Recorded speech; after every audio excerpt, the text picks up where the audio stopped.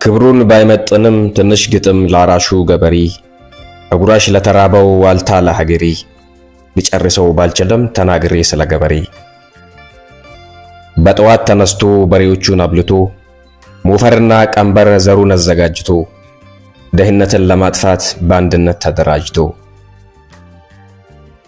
ከራስ አልፎ ለሌሎች ለማትረፍ ጠንክሮ እየሰራ